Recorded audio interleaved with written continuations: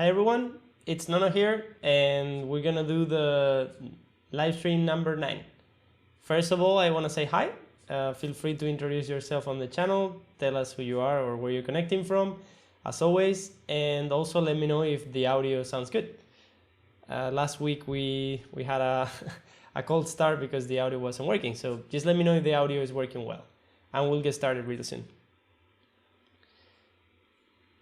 Alright, so just as a quick introduction, I'm just gonna take a look at a few things that we've been seeing over the past weeks, and also give an overview of what we're gonna see today.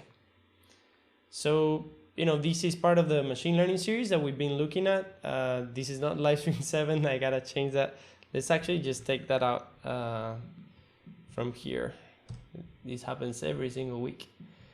Alright, so this is live stream number 9 of the machine learning series.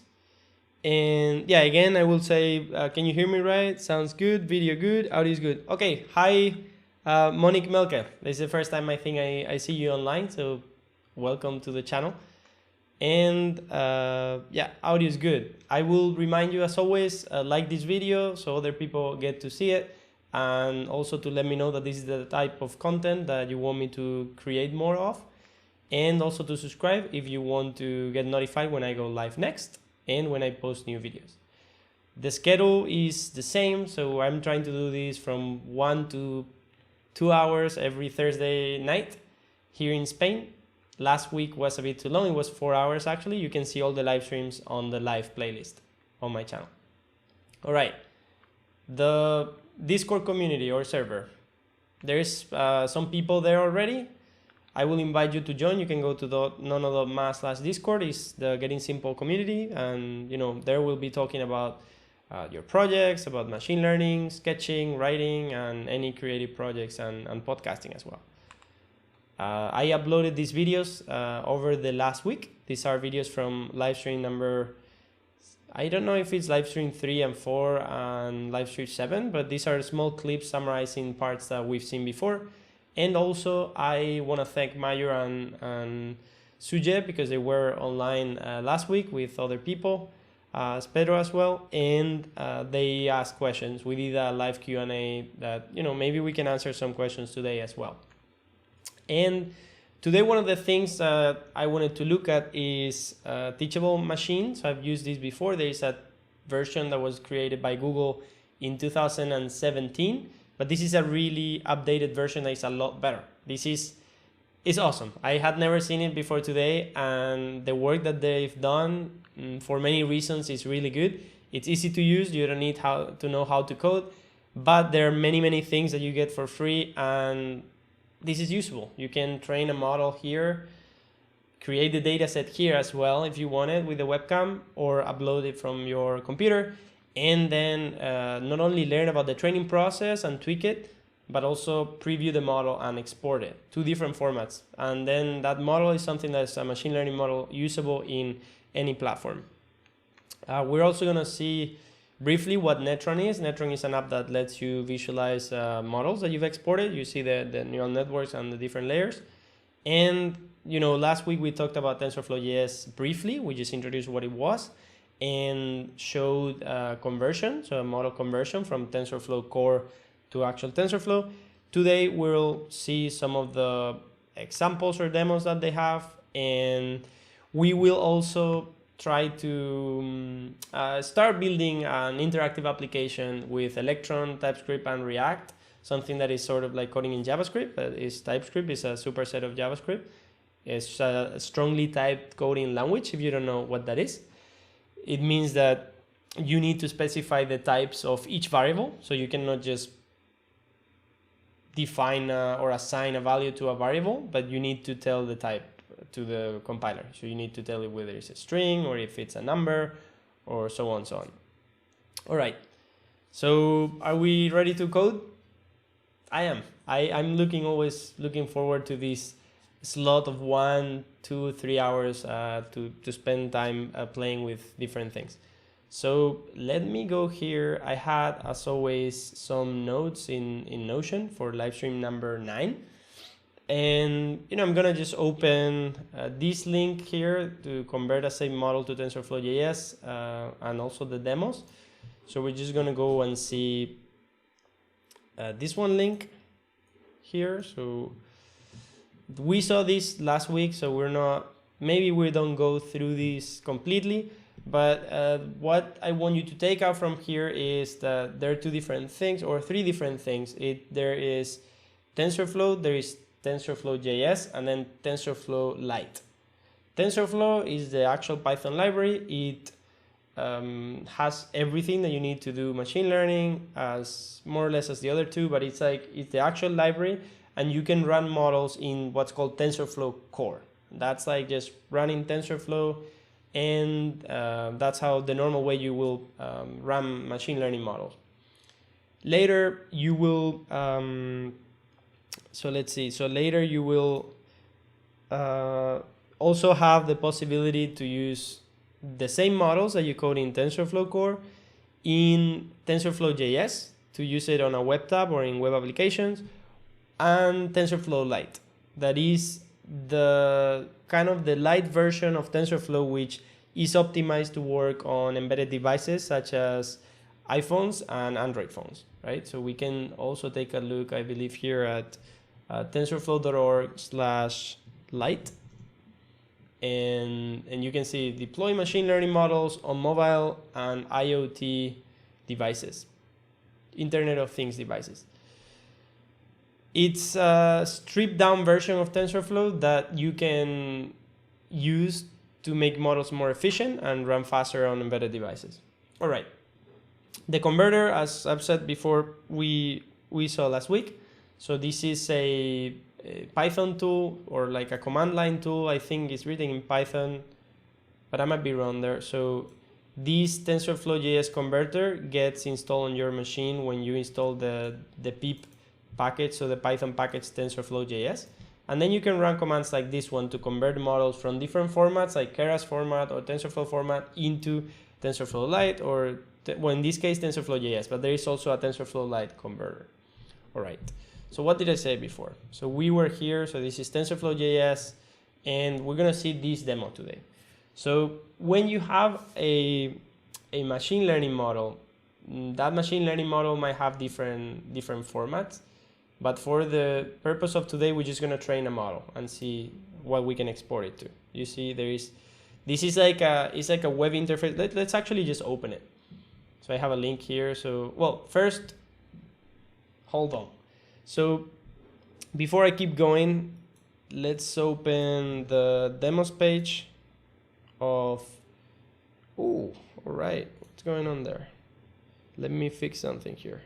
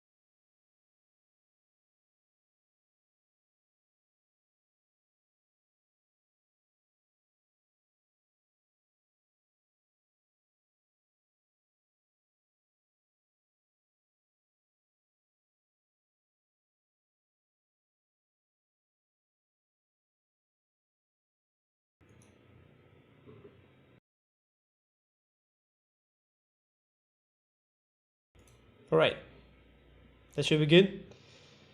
We here, yeah, okay. So I was saying these are demos, so these are TensorFlow.js models. So these are applications that were made with TensorFlow.js for the web. So you can see this is the Teachable Machine that we're talking about, the one that we're gonna see today. But there are many more. So there are like things to build applications to generate music. Move Mirror, I think this is PostNet. This is like a network or some other network to to infer the different poses of a skeleton. And there are a few more here. Node.js speech prediction, visualize model training. We're going to see some of the visualization of the model training today. All right.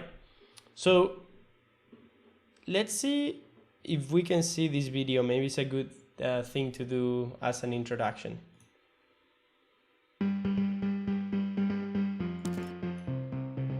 People are training computers and creating machine learning models to explore all kinds of new ideas. New ways to interact. Yes. To understand the world. To play and experiment. But machine learning is pretty intimidating to get into. So we've been wondering, what if it wasn't? With Teachable Machine, we set out to make it easier for anyone to create machine learning models without needing to write any machine learning code. When it first launched in 2017, it allowed everyone to get a feeling for what machine learning is all about. But now, Teachable Machine puts the power of machine learning in your hands, allowing you to save your models and use them in your own projects. So let's say you want to build a model to recognize you versus your dog. You just open up the site, record samples of you and samples of your dog. Click Train, and you instantly have your own machine learning model, which you can use in your sites, apps, and more. You can upload your model to host it online, or download it to work entirely on device. With Teachable Machine, you can create custom models for all sorts of things. Using images, audio, or even poses. Personalized machine learning models for the things that matter to you. And folks have already been trying it out, using Teachable Machine in their own experiments, solving problems in their communities, or even just at home. Start creating and see where your ideas take you at g.co/Teachable Machine.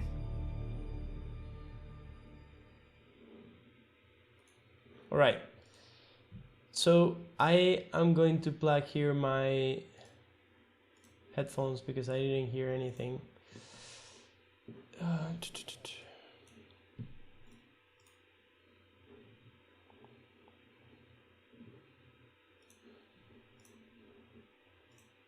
Creating and see where your ideas take you at g.co/Teachable Machine.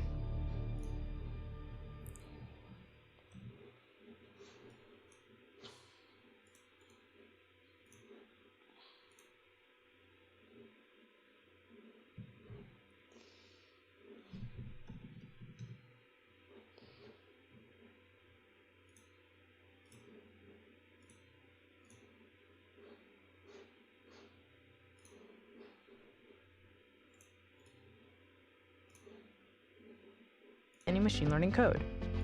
Okay, now I can hear the same that you can do.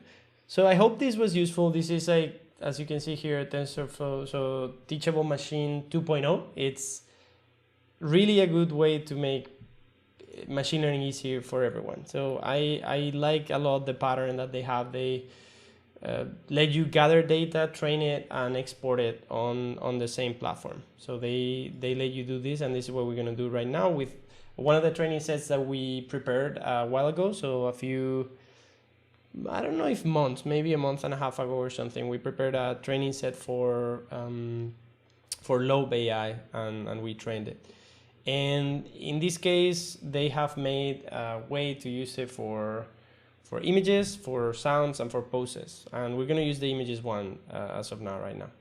There's some tutorials there, then some actual projects that have been created with the tool. So Teachable Arcade to play, to play arcade without a mouse.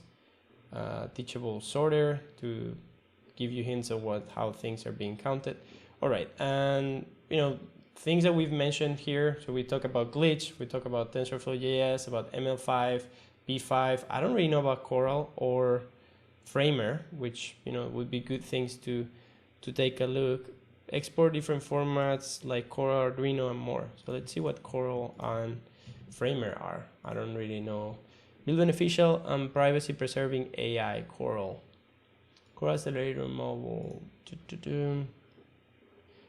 All right, so it's a prototyping hardware device, it seems. Google.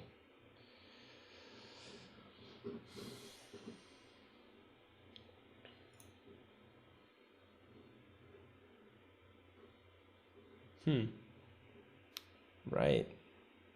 Okay, yeah, I've seen this before. So these are TPUs that you can run, hardware to run on your, at home. So these are are chips that Google makes for distributed training. So TPU, tensor processing units. So these are chips that Google designed customly as something that it's not the same. It's a bit different than GPUs. TPUs are for algorithms that can train in distributed settings. And actually, what we also mentioned before on the live stream, if you go to Colab and create a new notebook,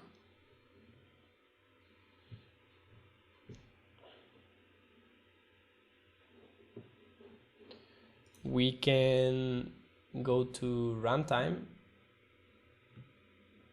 change runtime, and then in this menu here, we can either set a GPU or a TPU. So you put a TPU to get the most out of Colab about using TPU unless you need it. Yeah, this is because they have a limited amount of reserved pieces of hardware. So if you don't really need it, don't set it up to that. So in this case, we could run here something to see what the runtime, we get allocated here a runtime, and when this block of code runs, when we have a machine on the background that is working, we can see that if we don't select a GPU, we just have an XLA CPU device. But if we change our runtime to have, for instance, GPU, we now get allocated a different runtime, as you can see here. And when that initializes, we can rerun this cell. And we'll see what type of GPU device we have. You see, we have a Tesla P100 PCI 16 gig. So we've added, this wasn't on the other machine, this piece below here. And now if we go and do this, we will release really soon. So we get this again allocated, initializing, and then when you hover here, it tells you what compute engine you have. We can rerun the cell. And now we see, oh, it doesn't show up here. So yeah, maybe that shows some other way. But we have a GPU there. All right, so we'll release this now. So I'm gonna leave this thing, tensor processing unit. What is this framer tool? I think I've seen something inside of Runway that has to do with framer prototyping on the web.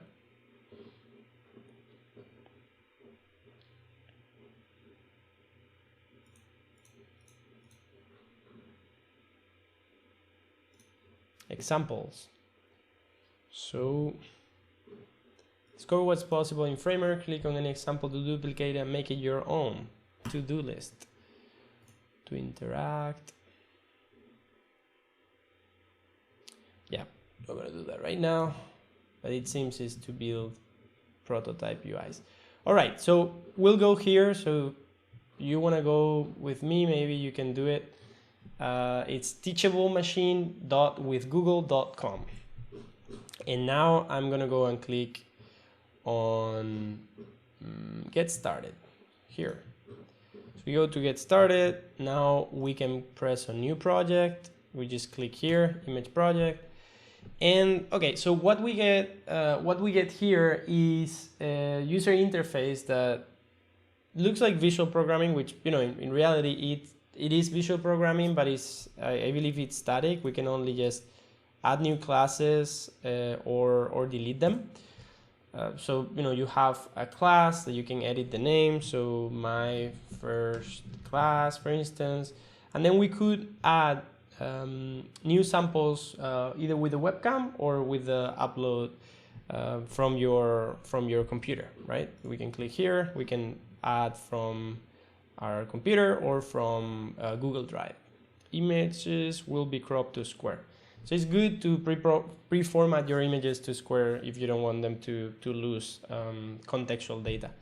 All right, so I'm gonna delete these things, and can I delete everything? Yeah, so this is where we start. So we can go here and we can add our classes, and we have this training node here that will train our model. There is like this panel that shows here that we can see that you can customize things like the epochs that you want your algorithm to run, the batch size, the learning rate, and if you tweak anything, you can reset to default. This is the default settings, and the good thing of this tool is that it tries to teach you a bit. So for instance, epochs, it tells you the description of what this actually means, which is pretty good. We have tooltips here, and it shows up what the batch size, epochs, learning rate, and what everything is, right? So we're gonna reset to default and hide this panel for now, and then when we finish, we'll go into here, into export model,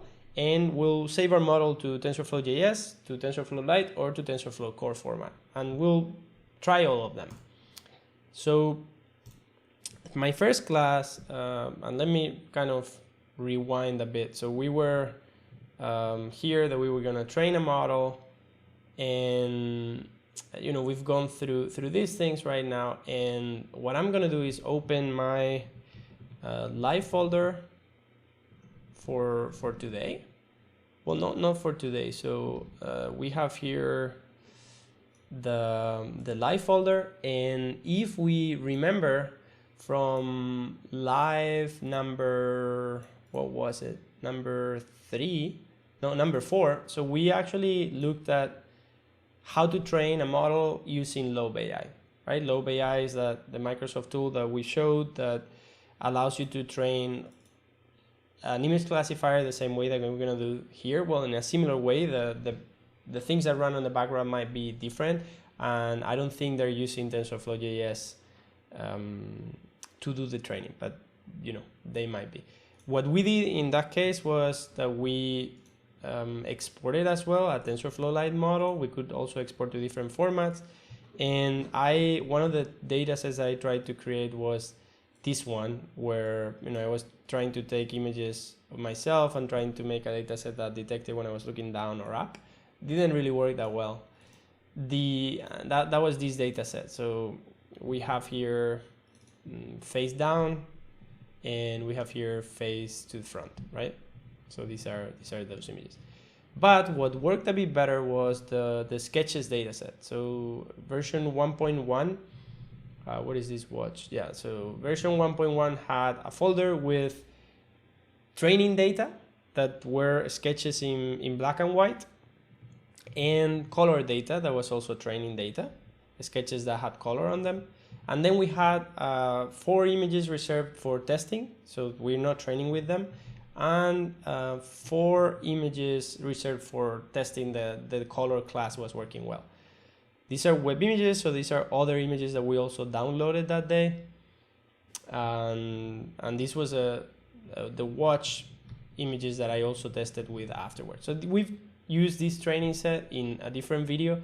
So you can go to live number 3 if you want to watch that. There's like a long process in which we tried this out, and it sort of worked. So what we're gonna do here, so I'm gonna I'm gonna zoom into here. So I have here class 5 is gonna be color, let's say color sketches, and my other class is gonna be black and white or gray sketches. And we could, let's just leave it, well, let's leave it like this. So I'm gonna click now on upload, because I'm just gonna choose images from your file, so from my folder into this category here. and I'll just browse through that. So this is, we said this is the color folder. So we're gonna go here into color. I'm gonna select everything and I'm gonna open them. And the editor really nicely shows me all those thumbnails here, telling me that these are images from this class, right? We could delete them individually, which we're not gonna do right now. There are 32 image samples for that class.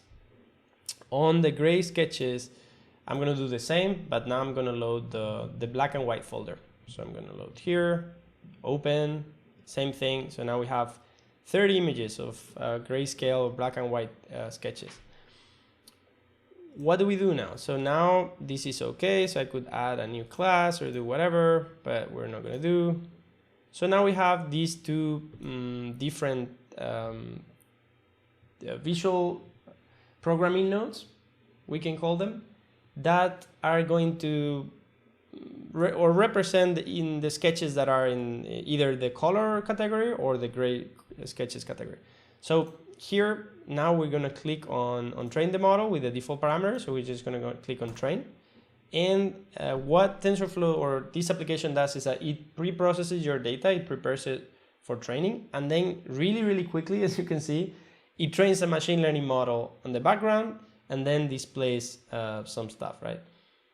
All right, so we just lost myself here, so I show up on the wrong place of the application, and this is because the TensorFlow, so this web app tries to get access to your webcam in case that you were training this with images from your webcam that we're gonna do later, and lets you use this feed from the webcam, right? Like if I go out here, for instance, it tries to guess whether it's color or grayscale, right? So let's actually just change this to grayscale and color, and we're gonna retrain the model. So now for some reason I've disappeared from the screen and I'm back. So for some reason this model is thinking that when I'm here it's color and when I'm not is grayscale. This model wasn't really trained for this, so what we can do here is to just select and let me see if I can come back really quickly.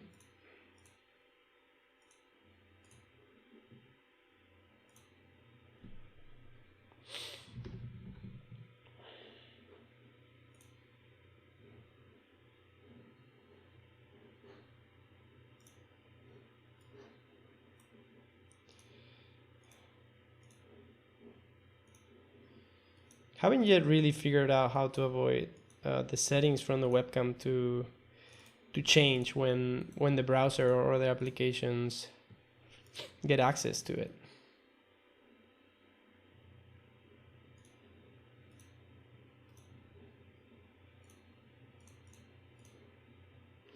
All right, we should be good. I think this is gonna happen again, but I'm here for now. Okay, so what we're trying to do at the moment is I'm just going to choose an image, right? So we're going to choose an image from, not from here. Well, we could do it from here. So let's choose this one, right? It actually tells us that it's a grayscale image for sure. Let me just cut this down, train again. And we're going to have the don't switch tabs. You must leave this tab open to train your model. Okay. All right. And I'm off again. So I'm not gonna try to fight against the webcam thing, but you know, we're just gonna click here on, oh, we can change the webcam.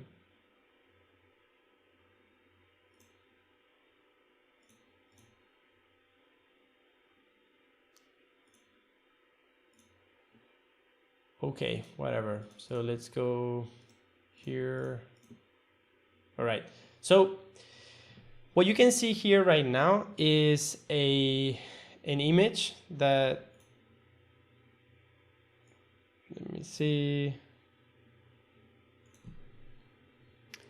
is this is slowing down. Okay.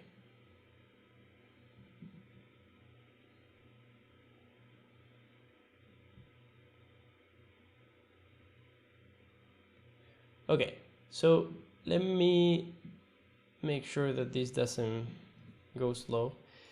And what we have here is that this image is right now being, well, we're not really using that as an input. So let me just try this one.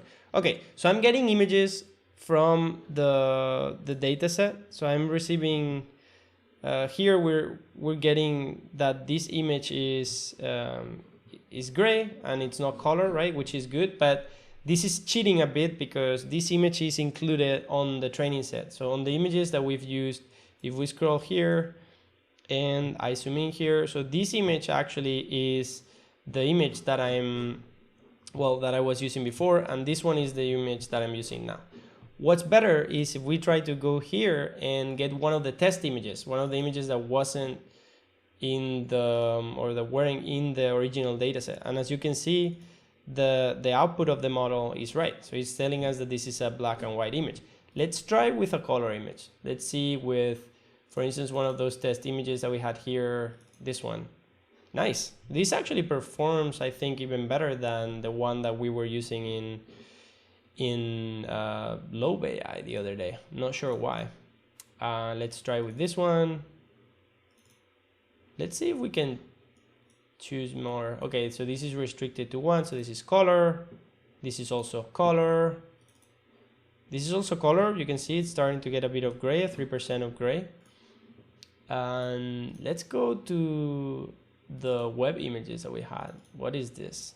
Okay, this is color as well. What about this one? Black and white. It's pretty good. This one here, color. And these are images that we haven't used for training, right? I'm just reiterating because that's important. What about this one? Okay, color image. This.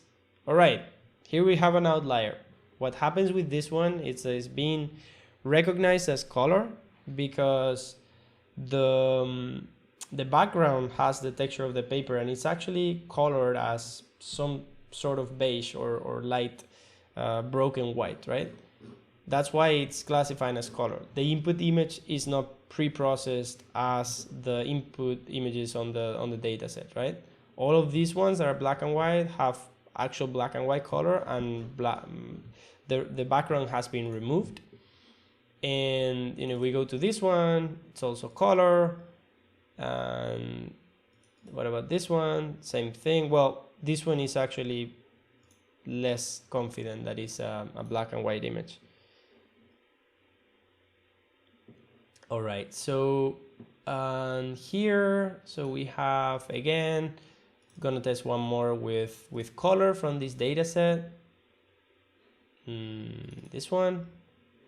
Well, again, this one doesn't have a white background, so that might be overfitting as well. What about this one? This one is getting a bit confused because there is actually parts of the drawings that are black and white, and there is a border around it that we hadn't seen in any images. What about this one? Also, there is color, and this is actually good because we're getting that it's gray because it's mainly gray, black and white, but there is some color, so we get that here, which, it's impressive that works. And what about this one? Doesn't happen in this one. So this one is considering this all color, and this one all color. Oh, not gonna do that. All right. Nice. Okay, good. So this is exciting. So what are we going to do now? Well, the first thing, I'm trying to get back on the screen so you can see me. And I should be somewhere here.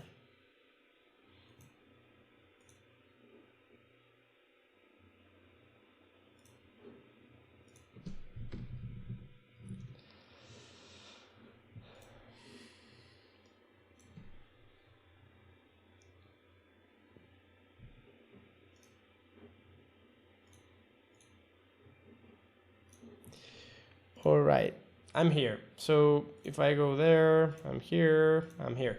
Okay, so a recap. What did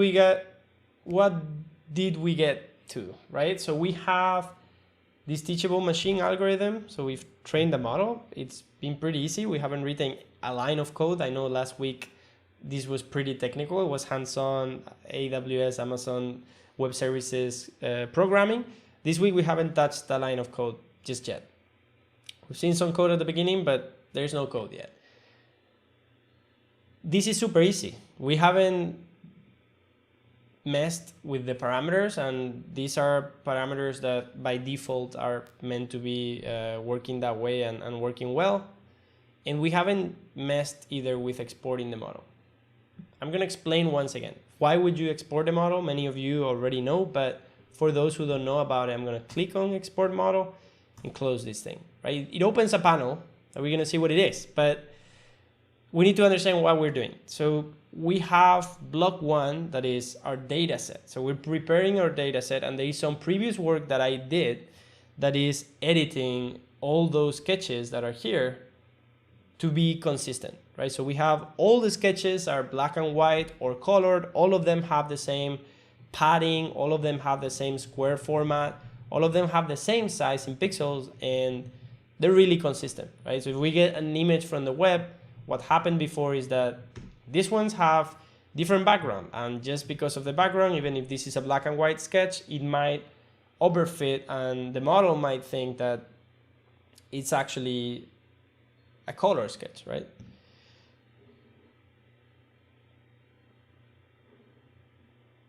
All right, so I get a question already about this from Mayur.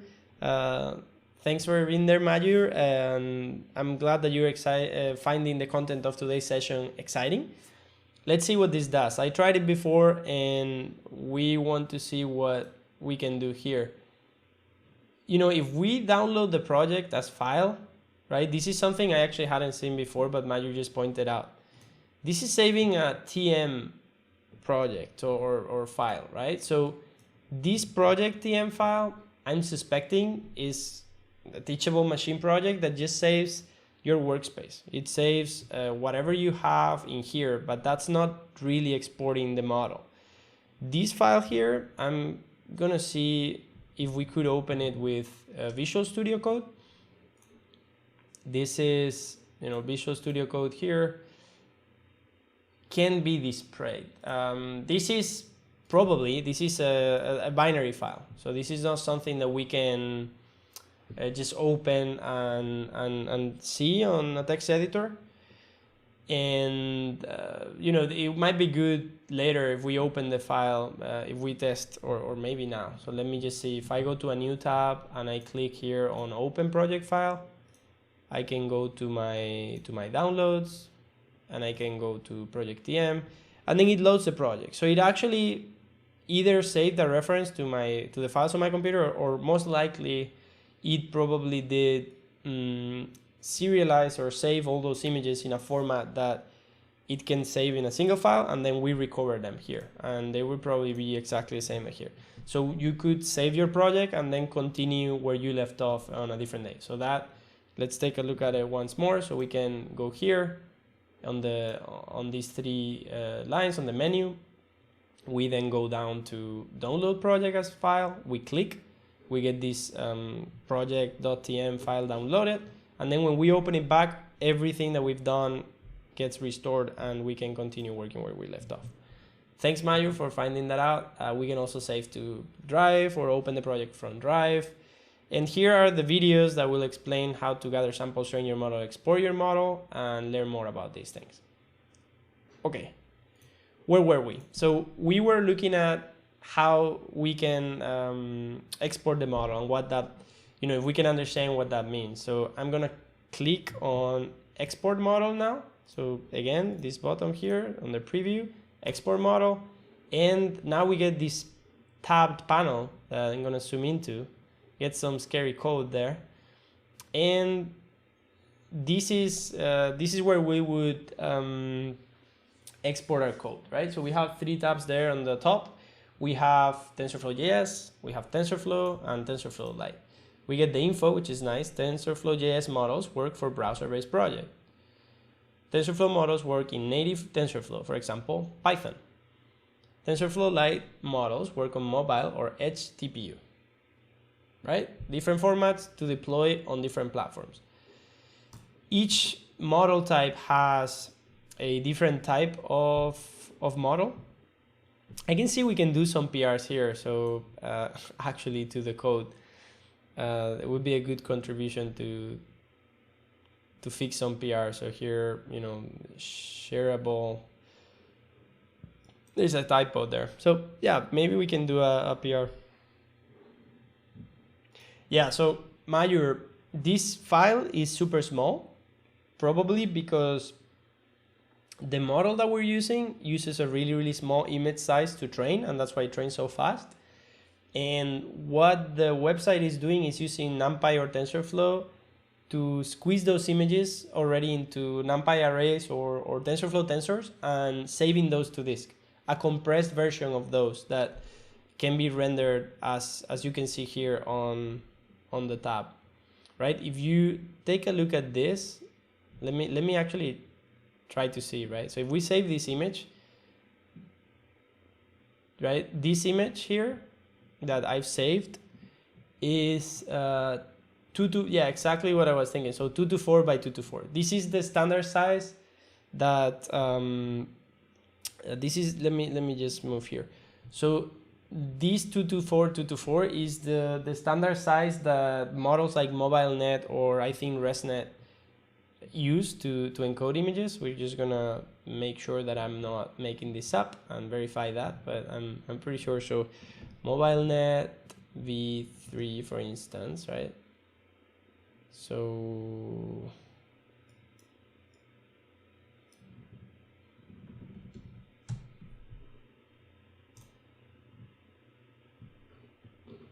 yeah, you see, so here the 224 is the standard format of the input image that usually these models get, and this is inside of the Keras. So we can go here to, let me see, Keras IO applications, and if we go to maybe ResNet 50, yeah, you see the input shape is also 224.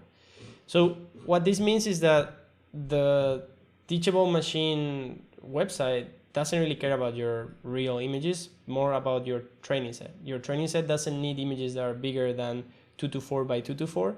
And if we go and look at the actual sketches, so the actual images that I was inputting, so in this case, this diskette, this image was 400 by 400, right? So I uploaded as 400, but TensorFlow is squeezing that into a 224 by 224 tensor, stripping out probably any other information about the image, just saving the pixels and compressing that and saving that. So you can see here, this is, this download image is 41 KB. Maybe they do some compression when they export it and save it, but if we do 40, we had 32 images plus 30 images multiplied by 41, that's a lot more than 472 KB, but probably they're doing some compression, not CP, but some gzip compression or some other compression. All right.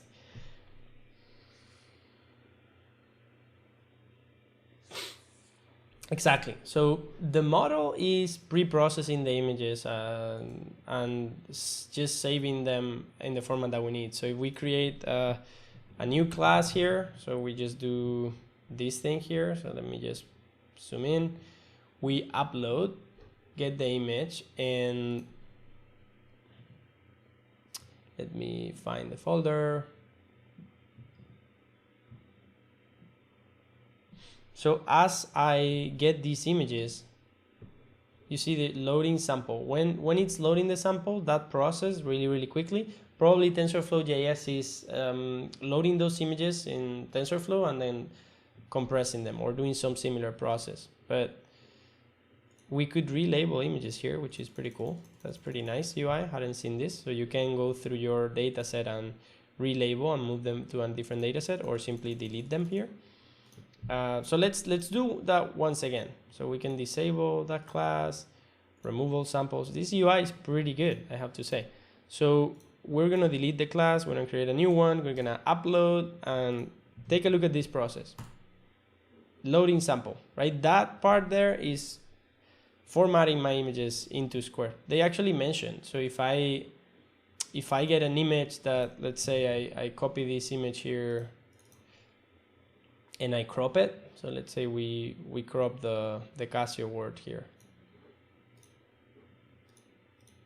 right? So we crop that image. Now we have an image that is landscape. So if I remove all this class and take only that image of the watch, loading sample. So it's actually cropped it to square. It's not even squeezed it. It just cropped the center square of that image. So there's some pre-processing that this does. All right. So I don't think we can use our own model architecture here. I think what we can do is just use what they have at the moment. I don't even know if we can see their code. Index bundle, yeah, and this is probably obfuscated.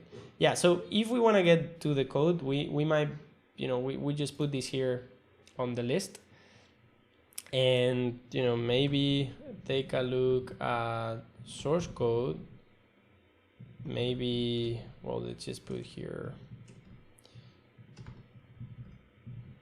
fix typos and open pull request. All right, so I'm gonna take a really quick water break. So we're up to around 1 hour right now, or so. I'm not really sure how long we've been going for, but we'll keep going. So far we have this model we could export, and here we have TensorFlow.js, TensorFlow, and TensorFlow Lite, and we're gonna be exporting now models. So I would say, so the first thing, Majur, you're not distracting me. You're collaborating with this. This is why I do this live. If I just wanted to record a tutorial, I could just do it without interacting and responding later, or I could do that offline.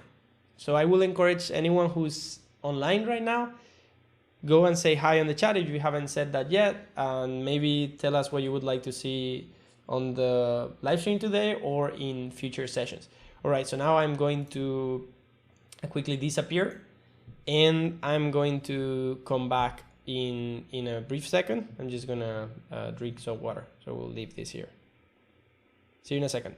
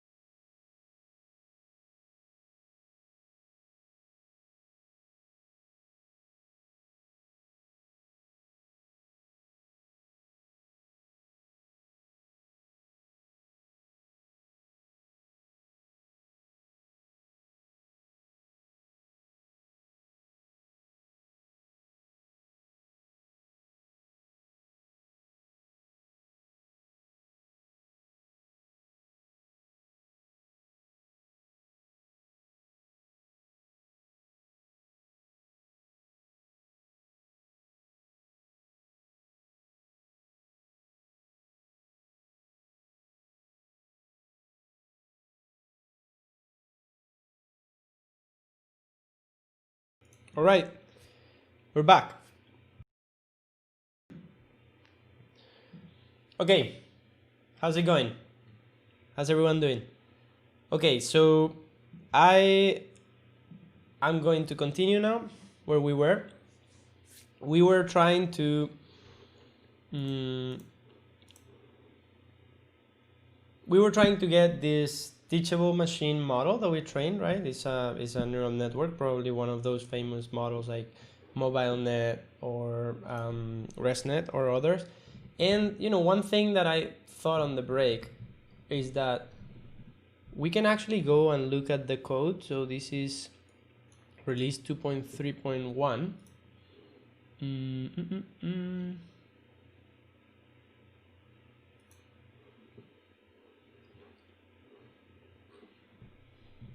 And we can see the source code probably. Let me just see.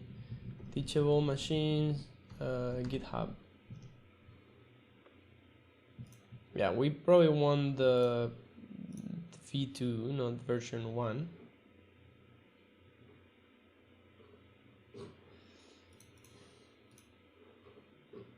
Yeah, so here it is.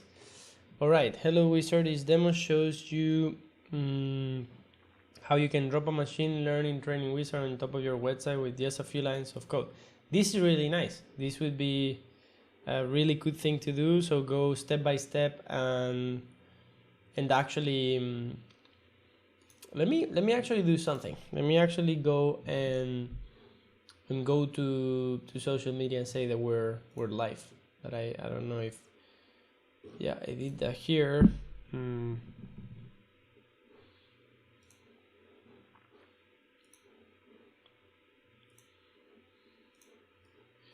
All right, so what can we do?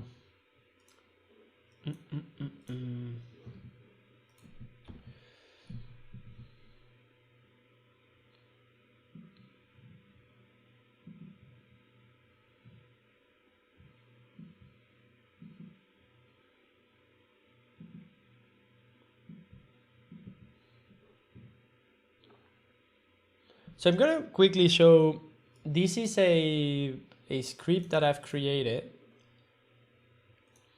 that I'm not gonna probably go, well, we can actually, is this something that you would like to see? How to automate the creation of a GIF? So how to, I've been sharing GIFs on social media previously, just to showcase different frames on a video of the previous sessions. Is this something that you would like to see at some point? How to create these GIFs? Let me show you what it is.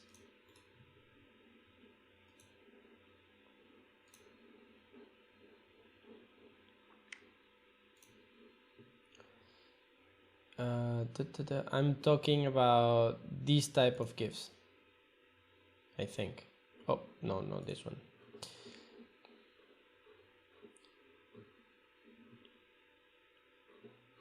Yeah, I don't really know where they are, but they have to be somewhere.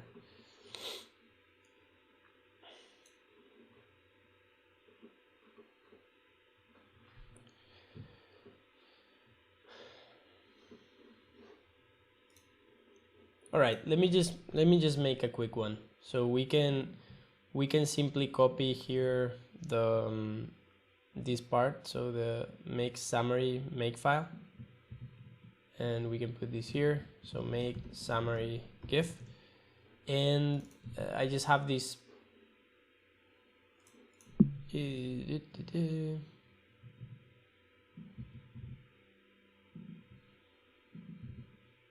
Huh. Okay. Yeah, so this makefile is on Dropbox, and I need to wait until it downloads. And Dropbox is starting. All right. All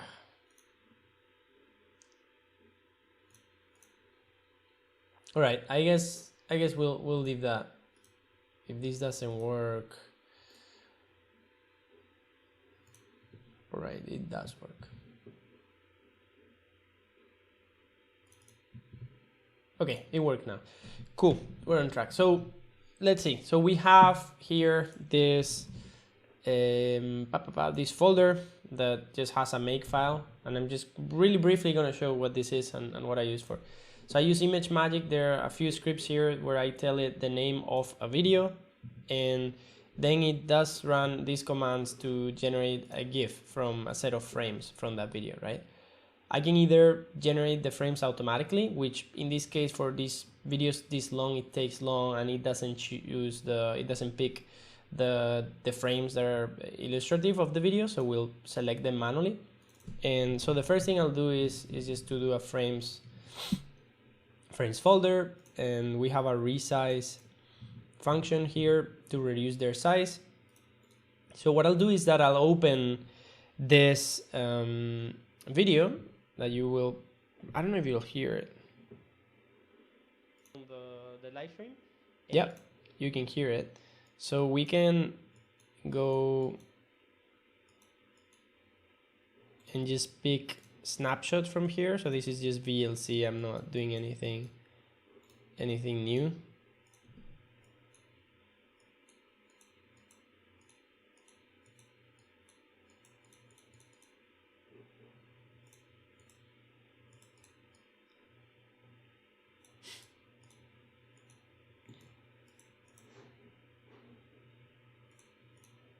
Okay. All right. So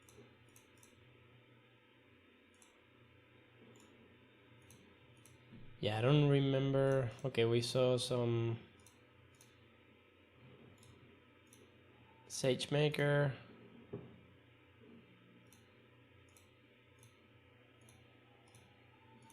We did some Q&A.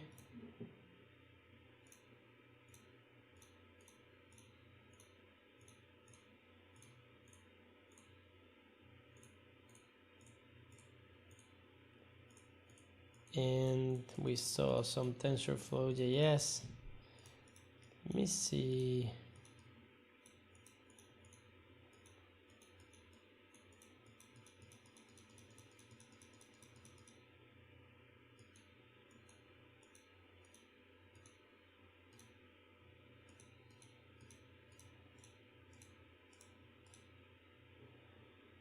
All right, yeah, whatever. So we got some images. I don't really know if we can get any of the cover images.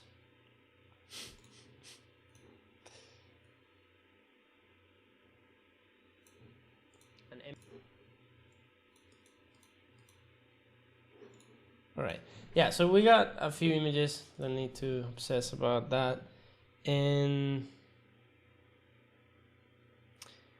yeah, so ImageMagick is awesome if you have already some commands set like I do. So we can see, so this image is on Dropbox. You gotta download it. Now let's see. More info. Okay, we'll get that one. Get this here. So we have these VLC frames, and if you see, these are 2560 by 1440. That's the resolution on my screen. So what I'm gonna do is that I'm going to zip this as that size. So we're just gonna put here 22 by that, and we're just gonna run a zip command on that. So we stored the original resolution, and now we're going to run one of the makefile commands. So in this case is resize. So if I do make resize, so we just do see that code here. We're gonna do this one. So resize is Mogrify resize 50. So we reduce the frames with ImageMagick by 50% to their size. So everything starts getting resized, smaller size and resolution, 128 by 720. So I'm going to now go again into this folder to keep it. Well, we'll put this image here. I think it's the same size. Not really. This size is a bit different. 128 by 720. Let me just see if I can simply do this.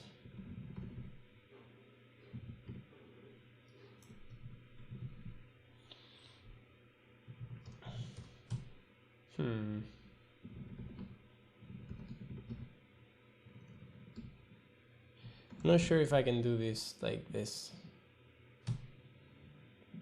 Maybe. All right, yeah, we got it. So I got this here. Now I have my frames. I'm gonna zip this folder. So just zip here. I know I probably could do this a bit bigger, right? It's a bit small. So we have our frames here that you can see, and the code I ran to zip made these two zip files. I have my frames, so I leave this as frames, and then I just do go out and make GIF.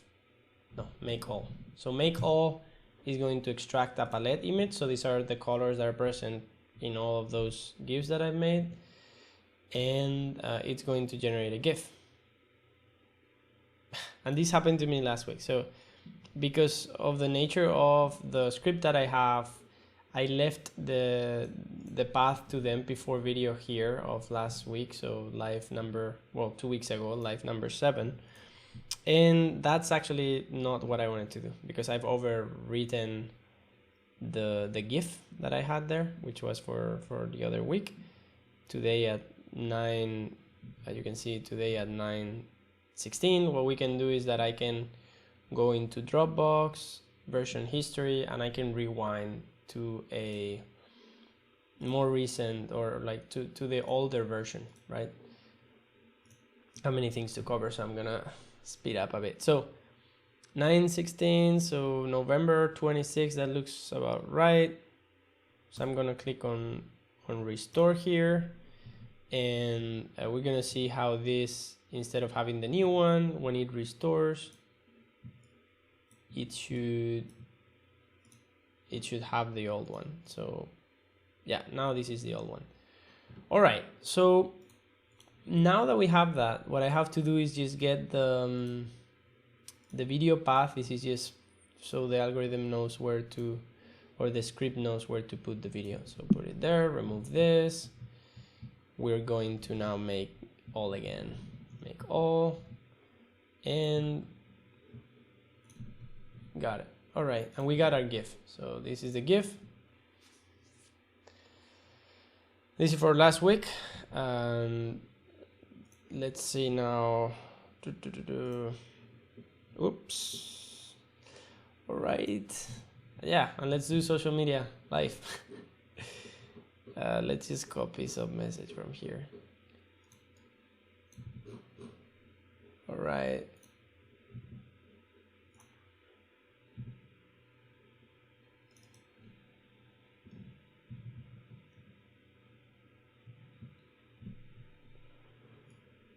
All right, so I guess we'll just put this here. I don't know if you can just put an image, put that GIF, it's a new one, done, and then we'll just add the link. So we'll go to our stream and copy the tool and do that.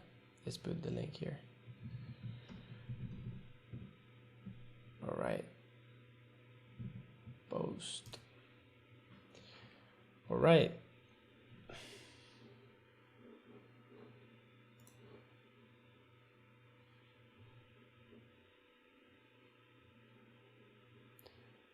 Okay.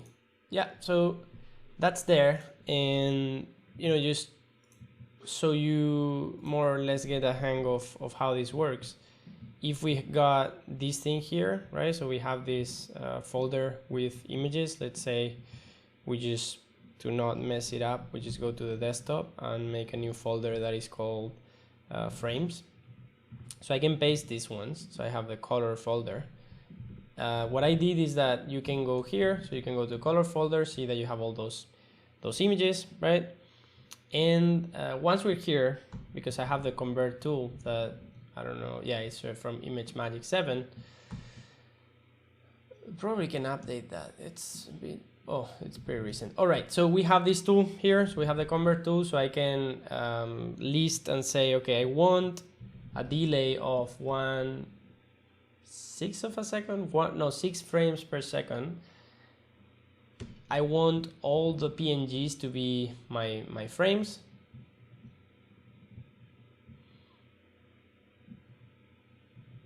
And I want the GIF to be on the parent folder and be called color.gif, for instance, right? So I just call this thing. Oh, no match found.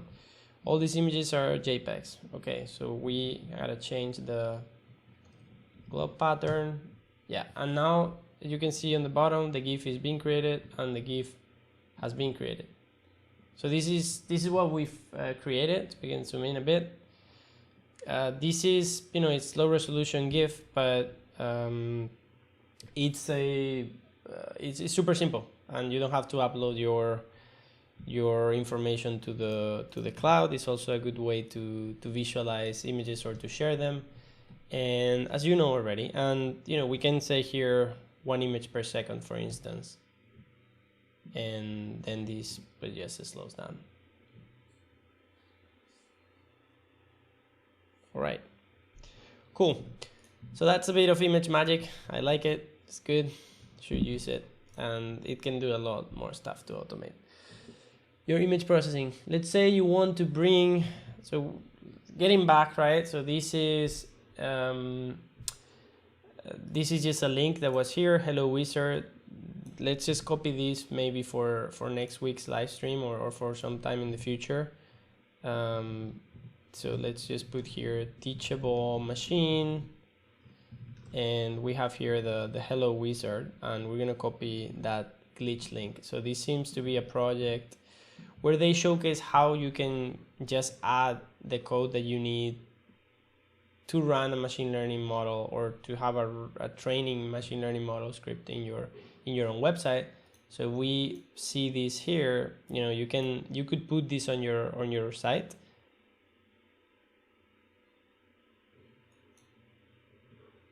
Train model. Let's teach your computer, blah, blah, blah. Start. Hold record. Yeah, so this is a full-on example on how to do all these things. So we'll probably have to leave this for another day. Okay, so let's get back. So I was coming here just trying to see what algorithm they were using, what type of neural network they were using to classify those images. Model checkpoints, usage. All right, model checkpoints, model ID. There is one link related to your model we provide by Teachable Machine.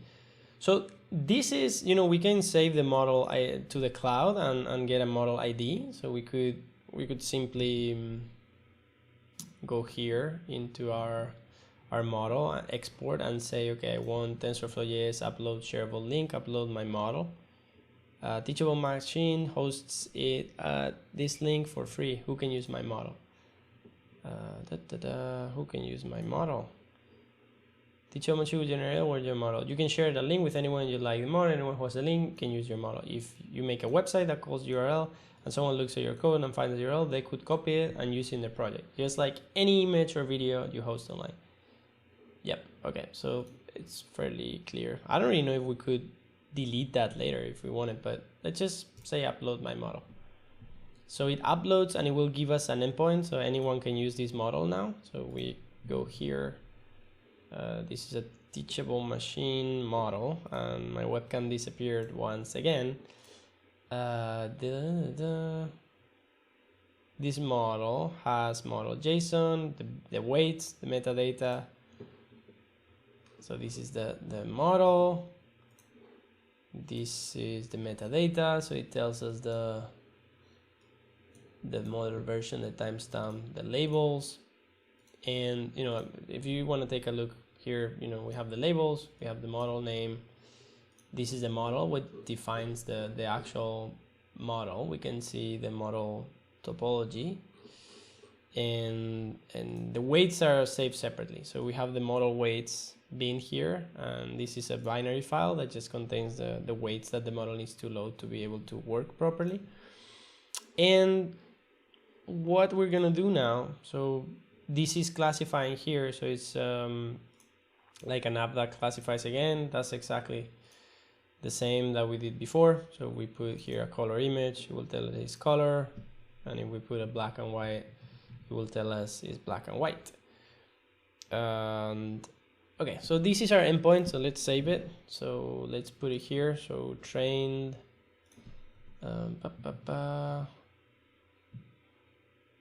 sketch color or gray classifier model. Okay, so we will close all these things. The thing I wanted to take a look at is on the image. What model? MobileNet. Okay, so let me get back here once more.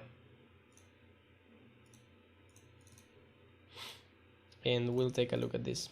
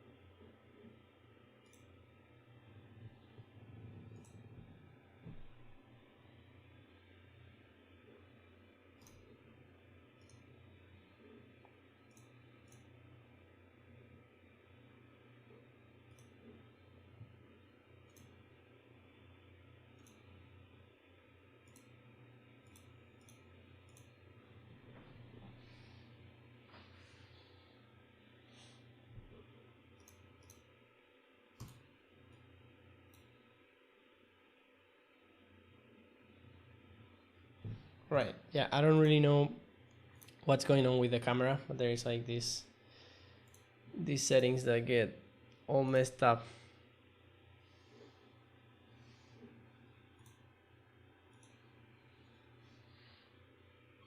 All right, there is like an auto leveling function that just happens randomly. Okay, let's see. So this is just clearly MobileNet, so it's teachable MobileNet.ts, and we're just gonna go through this code. There is a lot of code, we're not gonna look at it all, but let's see if they define the sequential model. Okay, training model, layers, sequential, input size, dense. So we have a dense layer, 2 dense layers, input size, and a softmax. It seems like this is it. I mean, it seems like really small model. Kernel initializer, compile, train, sequential, truncated model, training model, truncated.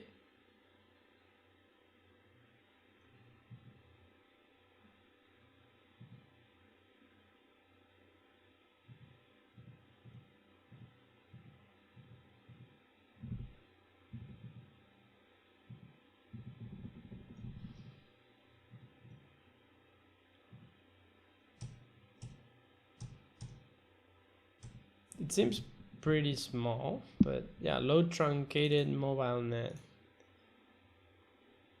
Yeah, not sure. We'll have to look a bit more in depth to this example. But yeah, it's MobileNet is what it's being used.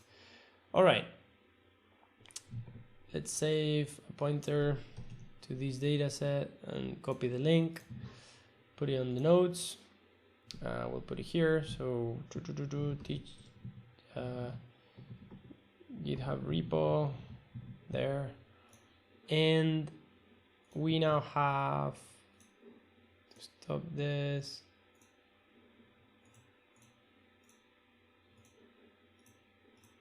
Okay, so we have here the panel that we were looking at ages ago. So if we click on download, this is TensorFlow.js, so we're gonna download that one. We get a zip file. We're gonna download the Keras model as TensorFlow JS Keras model. This says that it's being converted in the cloud, which means that it's probably making a request or sending the TensorFlow.js definition of the model or some other model and sending it to a place where it can be converted to a Keras format.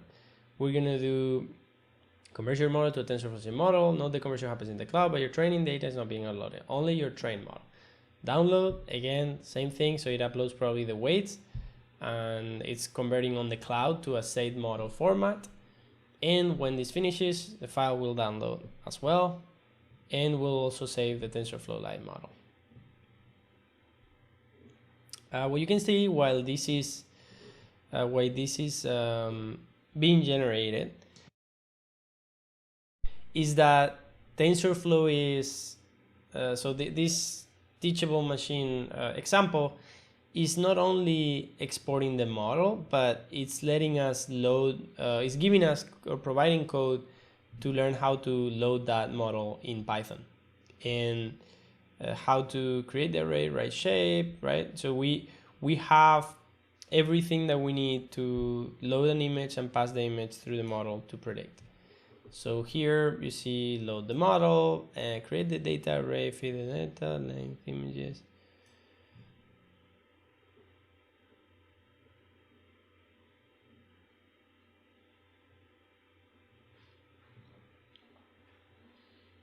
Image ops.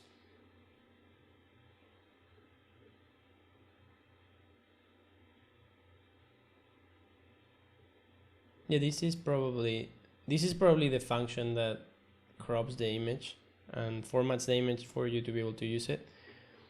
And okay, so we have the models, and now TensorFlow Lite, Android, Coral, code snippet, same thing. There's like places where we can deploy and floating point quantize.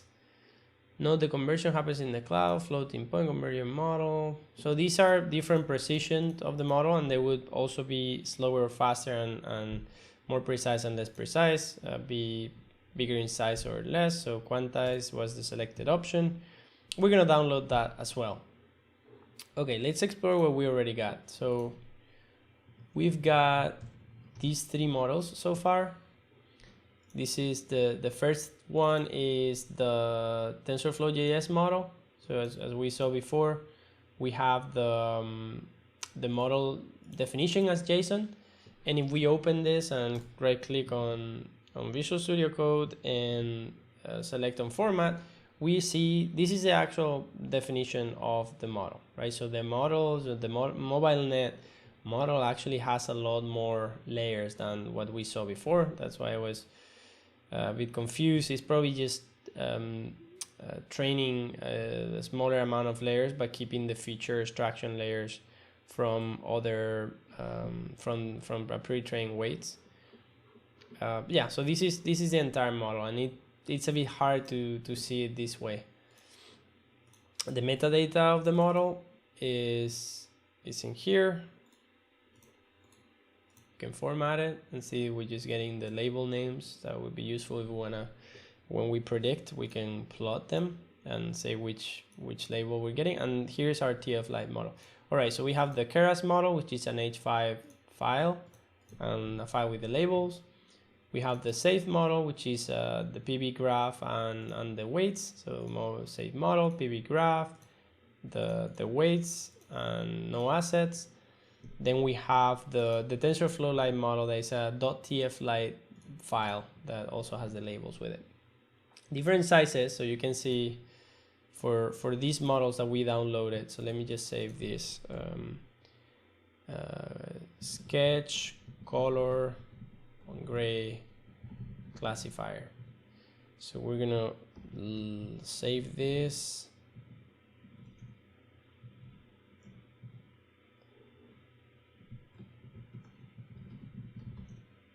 So we're gonna go here, just save this on today's folder. And you can see the difference in sizes. So the saved model is 7 megabytes almost. TFLite quantize is like super small. It's even smaller than the JavaScript one. Keras is 2.5. Now what we would like to do is, the first thing, the easiest thing we can do is go to something like Colab, and we can just see the Keras code and load the Keras model. So we can just copy paste all this code. We can create a new notebook. We're gonna call that notebook something like Live 9. Teachable Machine, Keras model, predictions, and I'm gonna put that here.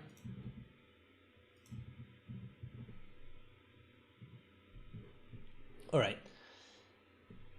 So maybe we want to break this down into different cells so we don't run all the cells at the same time and understand what each of them is doing, or each of them are doing. So here,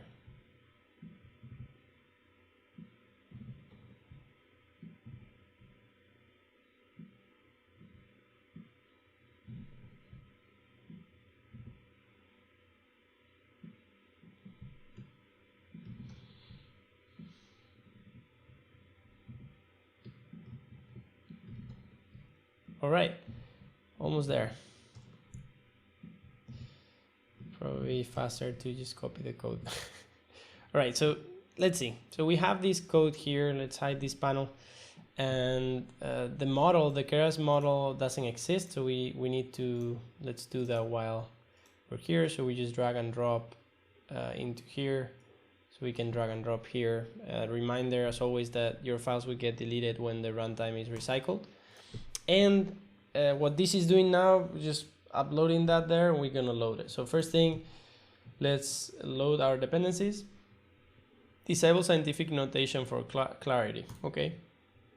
Load the model. So we load the model, and we're gonna add one extra cell here that is gonna be first printing that the model is a model, and then we can do model.summary. So if we do that, we're gonna get all the layers of this model, that is sequential.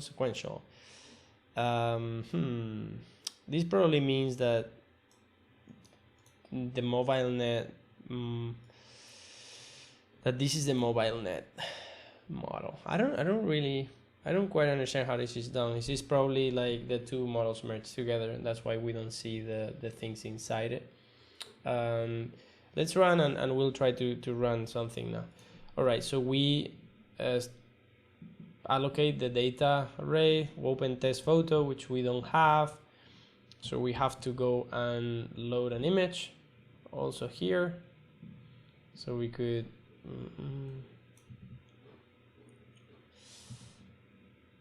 we could open the color folder, sketches squared. Okay. So we're gonna load a color image, and we're gonna load a black and white image. Okay, so this is color and this is black, and we're gonna verify that those names are right. So color and black. All right, so now we have that, and we can say let's load the color.jpg photo. We feed that into the size that is required for the model to run, so we can see that here. So the shape, oh, that's an appeal image. Okay, so we can maybe we can do that in here. I don't know if that, yeah, so we can see it's what we need. So it's 224 by 224. So we can now show the image. Not working. And normalize data and print. Right.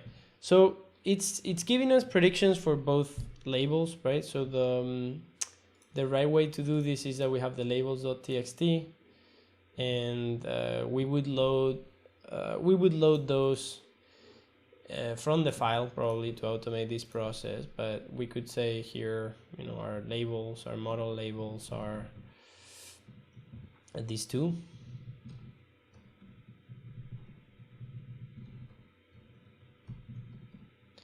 and we'll run the cell to allocate the variable. And now here what we do is, this is a sketch. So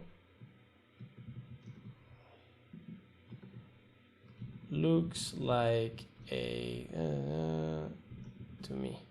All right, so now we can do here labels. Right, one thing here, so we have the prediction variable that we printed, so prediction. We have an array of numbers, and each of the numbers corresponds to each of the classes. But what we want is the index. Are we getting the first one or the second one? So what do we do is np argmax and get the prediction, and then we get the index of the biggest of the greatest number. In the case is index 0. It's this one. So we just get that one, so that's what we want, and we're gonna get labels with the index. We get the name of the, and so we're getting here in np argmax, we get the number or the ID of the class that has the higher or the highest probability of being classified right, and then we input that into labels. So we get 0 for color or 1 for gray. This one that if we can maybe run the code once again fully. So let's just clear all the outputs and run again. So we're loading the Keras model. That takes a bit. Then we see the model, and then it says, oh, it looks like a sketch color to me. We're not showing the image. I'm not understanding why it doesn't do that, but maybe I can simply do this here in Colab. Yeah, so we can just do that. So now we just can change the name of our output image, so input image. So we just run everything again. So run all. We're gonna, actually, we don't need to reload the model, but we are doing that. So we get that. And could not broadcast input array from shape 224 into shape 22222.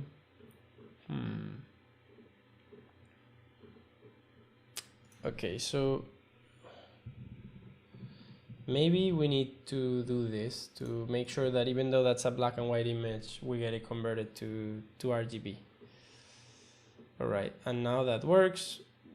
Looks like a gray sketch to me. All right, so this is working, right? We could deploy this model, we could make it use of it some other place. In my case, every time that I upload an image here, it could actually tell me whether that's a black and white or a color sketch. So let's actually try with one that wasn't on the original training set.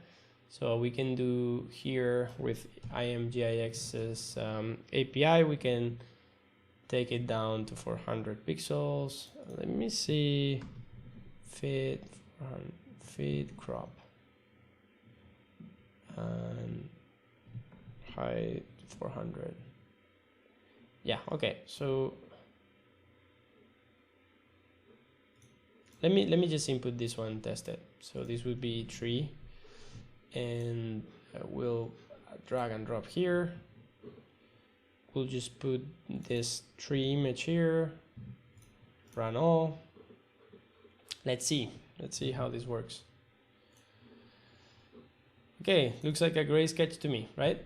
It's good. I mean, it's a classifier that works. It trained really fast and it performs really well on this type of data that is formatted on a really specific way, as I mentioned before.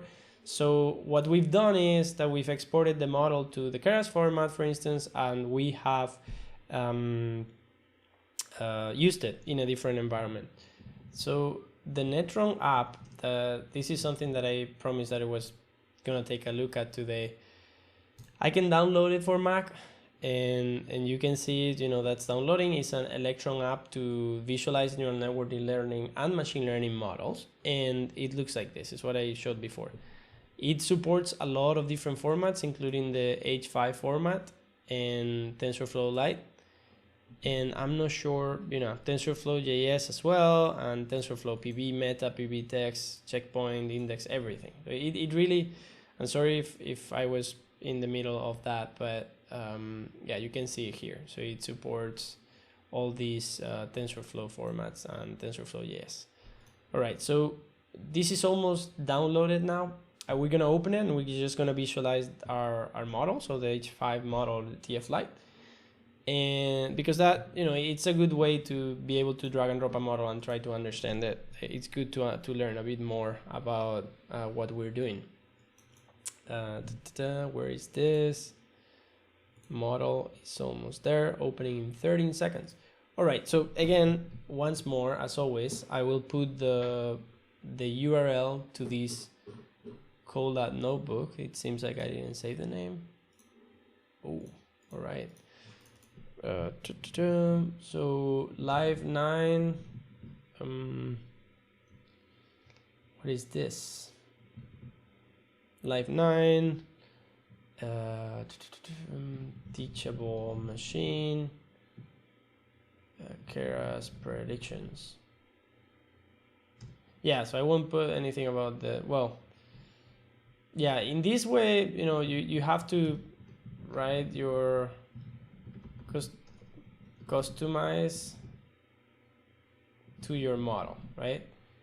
And this would be input image or input image. So in this case, I put like 3 JPEG. And we can change this here. So let's just make it uppercase. All right. And labels as well, just to mention that this is our model's config. That's it. I think that maybe just generalize a bit like that. And yeah, you see, well, this is still there. So let's try again. Save failed. Why is saving failed? Yes. All right. Okay, so we have this and it's working, and as I said, I'm just going to store this link somewhere you can access it. I'm going to put it on the Discord channel and on the notes. So I don't know if I mentioned it today, but if we go to the Discord channel, we have a, let's move this, well, 1 second. We have a Discord server, and I see Monique Melka, welcome to the channel. I'm glad that you joined today. And in the live events channel, I'm gonna put here live 9 or links for live 9, and we're gonna put here Teachable Machine, Keras prediction notebook. All right. Okay, so now what we're gonna do, open a new window, go to applications, we're gonna drag and drop this to install, and we're gonna open Netron. Oh, it cannot be open. Not sure why. Maybe it's not verified by the developer or something, so we might actually need to go and download the DMG file. Brewcask install Netron. Maybe that. Brewcask install Netron. Let's see who's faster. I'm just gonna cancel this download. So I'm trying to install Netron with Homebrew there on the side, and what I wanted to try to do is to load our model with TensorFlow.js, but maybe we're running out of time right now.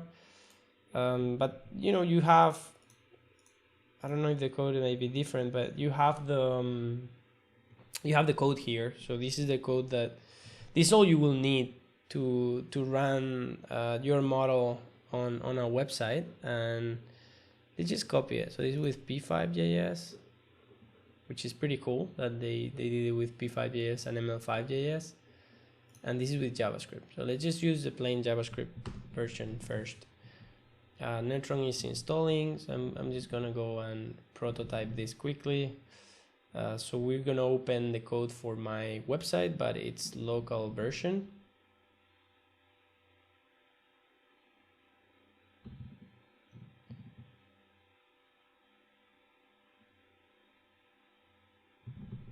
All right, so what we're gonna do now, just gonna make a really quick test here just to see if this is working. So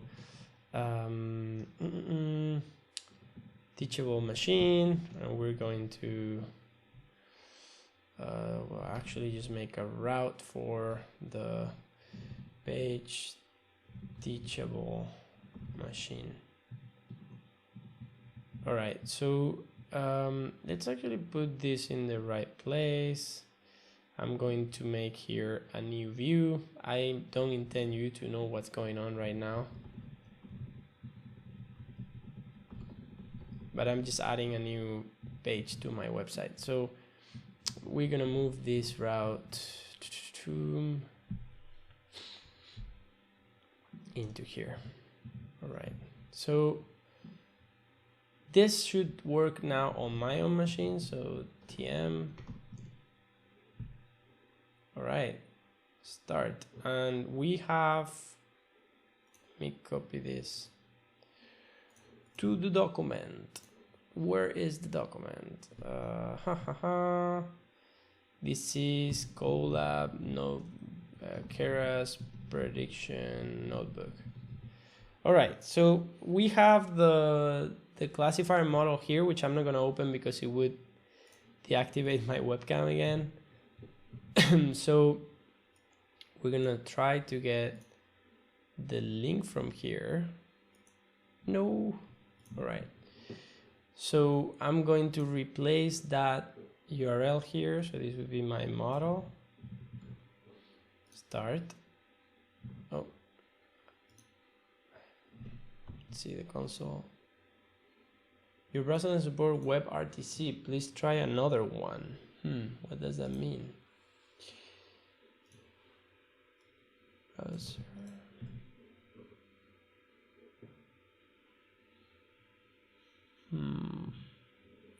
All right, let's try the P5.js code.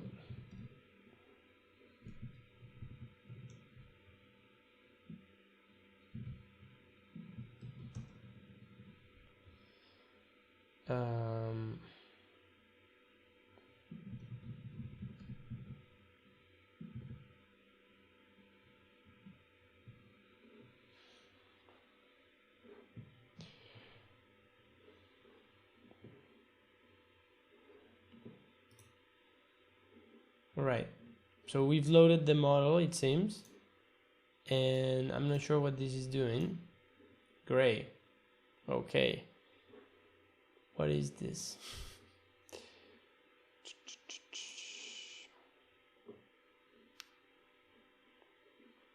Capture from video. Yeah, but we don't want to capture from video. Flip image.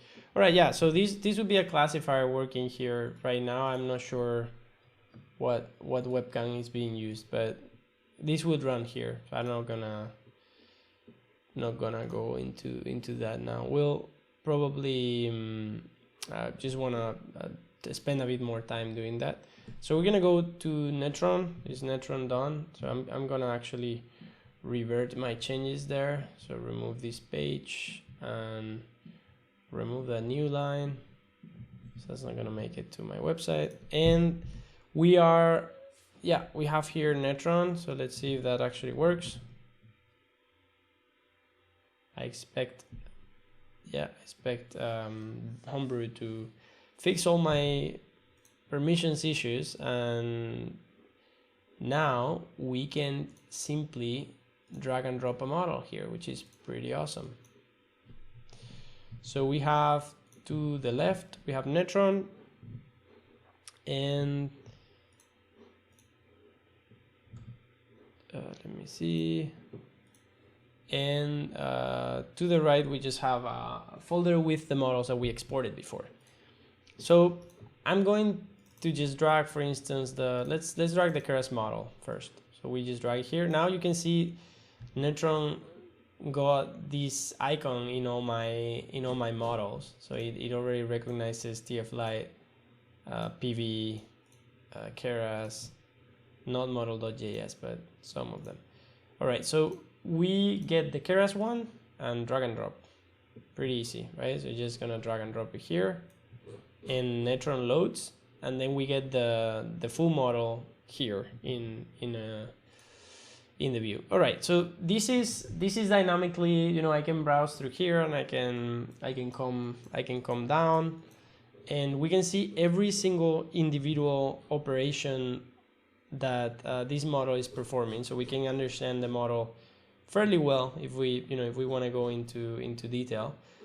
Things that we can see is that if we click on the input, even though we already can see it here, we click on the input, it's telling us some information about the Keras version, the input size that it's expecting. It's expecting a batch of 224 by 224 images with 3 color channels, RGB, and you can see all the operations here. So you got the input model to the input layer to the model, and then this is probably MobileNet doing all these operations, all the architecture inside of MobileNet. And if we go down below, what we'll get is an output. We get this, and this is the model that we're training. Okay, so this is what I wanted to get to, right? If we see all this, except for our input layer that we put in, everything inside of this gray box is MobileNet, right? So everything up to here, and at the end of MobileNet, we're getting the output, and we're just getting 2 dense layers that we are training. So we're using just the training of the latest part of the model of these 2 layers, but we're not training the rest of the model. And if you click on this dense layer, you can see there are 2 units here that represent probably the 2 classes that we get as output, and the output is just like an output number, like a probability. Okay, so yeah, with this you can open your models, and what we can see now is I'm just going to try to open the TFLite one, for instance. Right, we get it's similar but not exactly the same. In this way we see the operations are a bit different. That's actually funny. The other one was exported differently. What we can see on the TFLite is that the batch size is set to 1, and I think this is because when you load a TFLite model, you have to fix the batch size to a given number. But don't take me on that. TensorFlow Lite is more efficient, and you have to allocate in advance the size of the inputs that you want to input to it. This is the PB file, the SavedModel format. This is the TensorFlow core format, and also rendered in a really, really different way. This is really hard to understand. Not sure if this is actually loading everything. All right, but well, this is a way to visualize the model that is useful. So that's Netron. Yeah, and I'm gonna delete this. Let's see.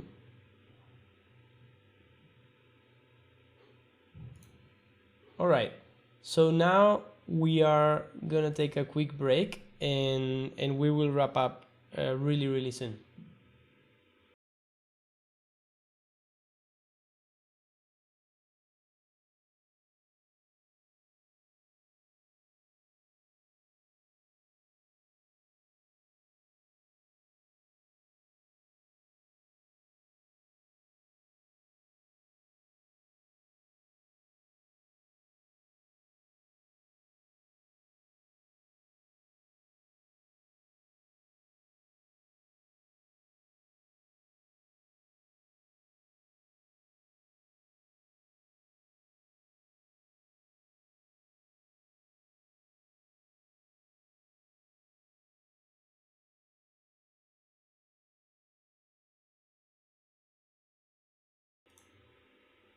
All right, let's really fast go through what we were gonna look at today. I think we covered most of it. So we've covered Teachable, so TensorFlow.js. We haven't converted SavedModel to TensorFlow.js, but that's something that we did last week. We could, it's fairly easy. So we would just run a command with TensorFlow.js command line. Source code, we've sort of taken a look at the source code. We didn't really fix the typos on the application, and this is something I haven't got to yet, and this is something I really want to get to. Let me move the node to the right because I see I'm blocking that text.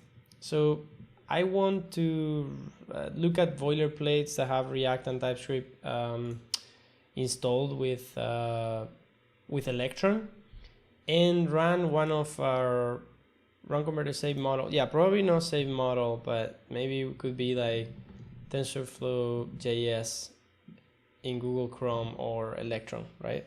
And build some interactive apps. So this is what we're gonna do on the next session. We're just gonna start from when we left today, and we're gonna try to run some models. Again, I'll encourage you to join the community and let us know what you're working on and what you wanna learn about machine learning. Right now, I'm going to go to the live, live folder, and in live 9, I have this Electron template that I already ran npm install before on, and now I just have to run, I think is npm run dev, but I'm actually going to git remote get URL origin. I'm just gonna take a look at the actual commands. Right. So in this page, so let me show it to you here. In this page, I'll start right now on this template that I also put on these nodes.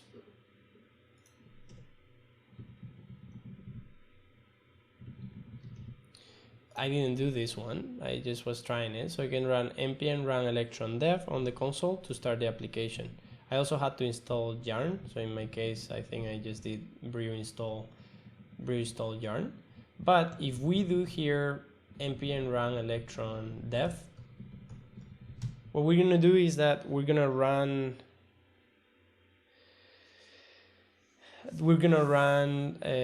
this Electron application on our local computer in development mode, so it's not going to be building an application, but we'll try that now as well. So yeah, it's asking if I've tried TensorFlow Lite on a microcontroller. I haven't yet. I'm looking forward to doing it. I know the Amazon, so a friend of mine, Keith, told me that he's working with his own, I think Amazon, it's like a little pack where you can install do machine learning and computer vision, and Amazon packs a lot of stuff for you already to play with it. All right, so here really quickly before we wrap up, I have the TensorFlow, not TensorFlow, this is an Electron app that we have here that is running TypeScript and React and a few more things.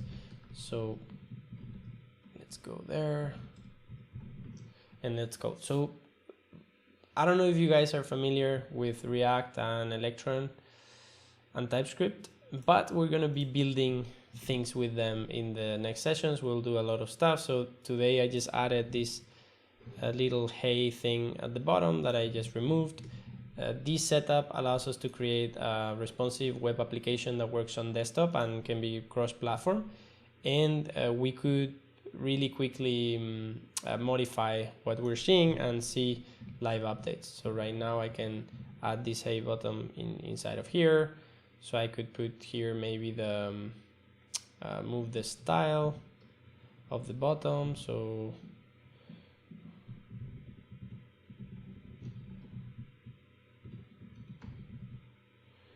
put that there, maybe put the link here.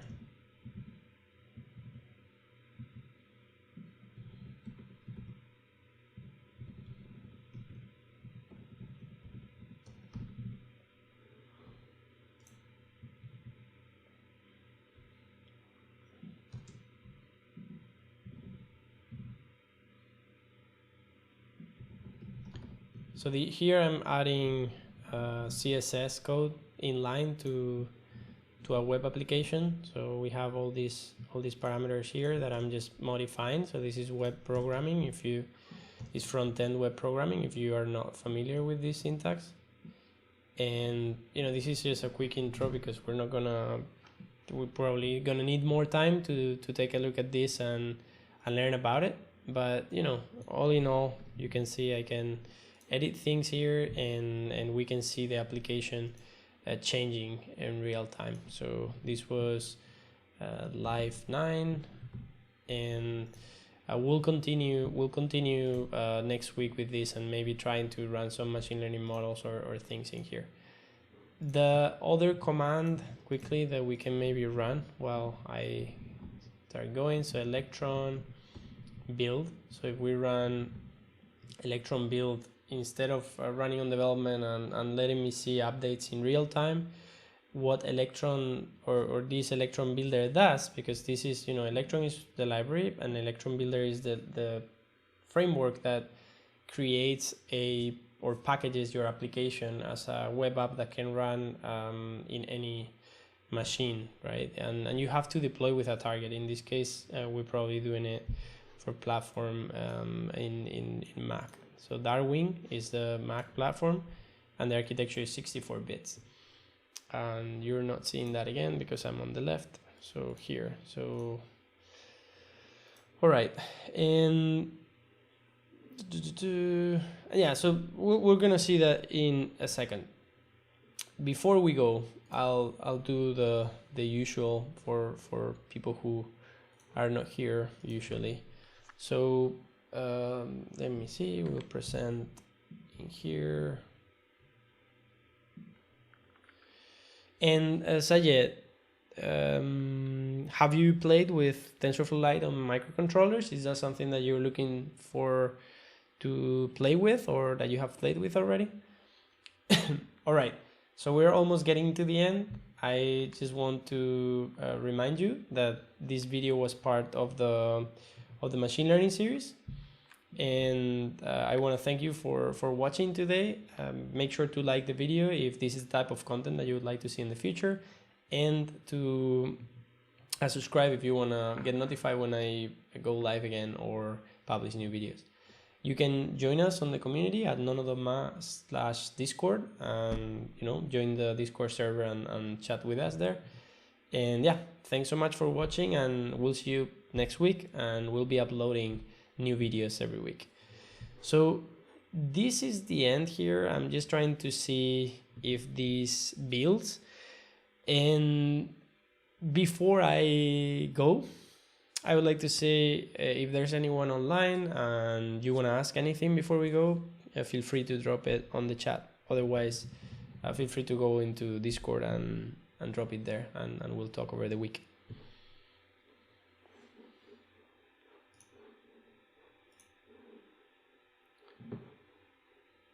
All right, so let's try to understand what this is doing. So the Electron builder here seems like it's creating a DMG, so that's like a packaged macOS app, and also a zip file of it. So this is creating binaries or like the files that you will need to send other person for them to run this application that we just created, which is just a boilerplate template, on their machines on Mac.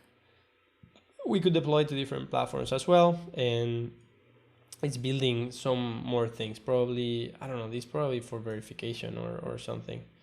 Valid identities, code signing. Yeah, so this is probably for you to be able to easily code sign with a developer ID application, because when people build these things, they need to be code signed. This means applying a signature to the Electron application, so when people run it on their machines, they can trust the binary. And otherwise, Mac, I don't think, allows other people to run these things. Okay, I'm looking to play with it. I was just looking at the specs of compatible microcontrollers that can run in ML model.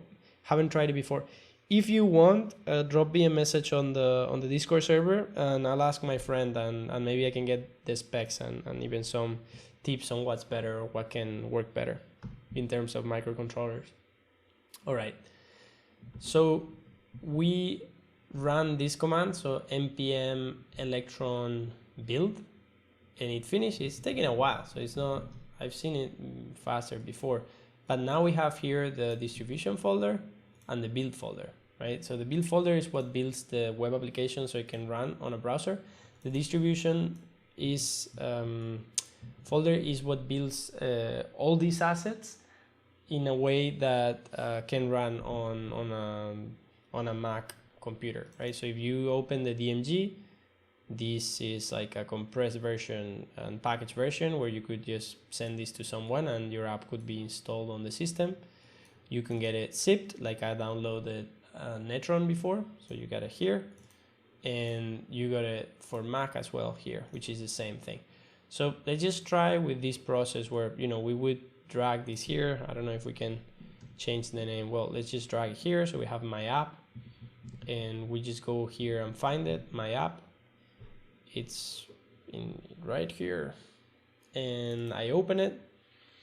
And when I open it, you know, this is showing up here on the dock as if it was a normal application, and it's showing here. So we haven't really added any interactions to it, but it's a fully working Mac application that we can interact with. And yeah, I don't know where that bottom goes to, but to the React side, of course. All right.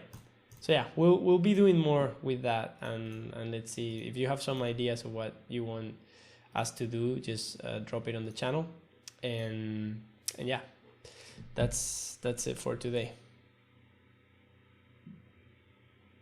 Yeah, thank you, Sujay. Thanks for your questions, and thanks for your comments on that. I think microcontrollers would be a really interesting topic to look at here as well, and something that I'm looking forward to learning more. I've played with Arduinos and a bit of Raspberry Pis before, and Linux machines on the cloud as well, but I haven't really interacted with microcontrollers and these sort of things with TensorFlow and machine learning.